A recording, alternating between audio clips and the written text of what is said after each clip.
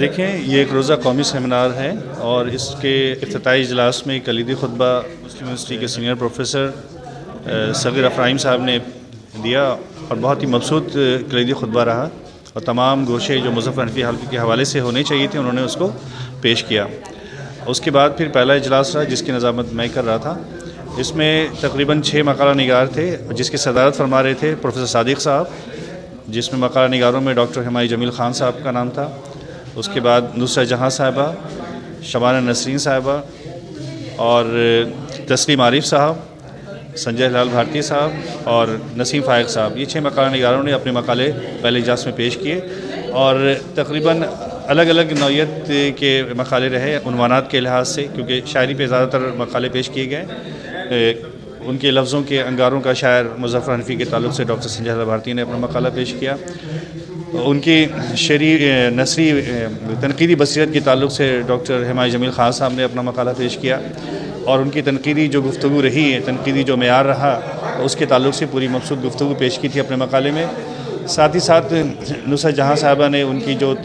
شعری رویہ تھا اور ان کی تمام قدر و فضیلت تھی شعر کے تعلق سے، اشعار کے تعلق سے، انہوں نے اپنے مضمون میں بس طریقہ حسن پیش کیا۔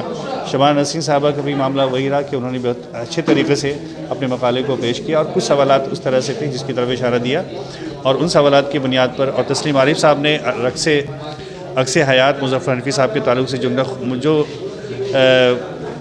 کہہ سکتے ہیں کہ خود نویش تو سوانح ہے لیکن وہ مکمل سوانح نہیں ہے، لیکن خود نویش سوانح جو تھا اس کے تعلق سے انہوں نے مبسوط مقالہ پیش کیا اور اس میں کچھ سوالات انہوں نے عکس کیے تھے جو اہلیان کلکتہ کے حوالے سے تھے، اور ان سوالات کی بنیاد پر کچھ سوالات سیمینار میں سامنے آئے اور مقصود دانش صاحب نے بھی کچھ سوالات، کم سے کم 4 سوالات انہوں نے پیش کیے جس کے جوابات دیے گئے، اور اس طرح سے یہ پہلا سیشن بہت ہی کامیابی سے ہمکنار ہوا۔ اور انشاءاللہ دوسرے سیشن میں 6 مقالہ نگار ہیں جو جرنلسٹ بھی ہیں جامعہ ملیہ کے، شکیل اختر صاحب وہ اپنا مقالہ پیش کریں گے۔ پروفیسر صادق صاحب جو دلی یونیورسٹی کے سابق پروفیسر رہیں اور کافی ان کی تنقید و بصیرت میں کافی ان کی کئی کتابیں ہیں اور عالمی شہرت یافتہ پروفیسر ہیں، ان کا مقالہ اس سیشن میں ہے۔ اس کے بعد پھر شاہینہ تبسم صاحبہ جو پروفیسر ہیں انہیں مقالہ پیش کرنا ہے۔ ساتھ ہی ساتھ کلکتہ کے مشہور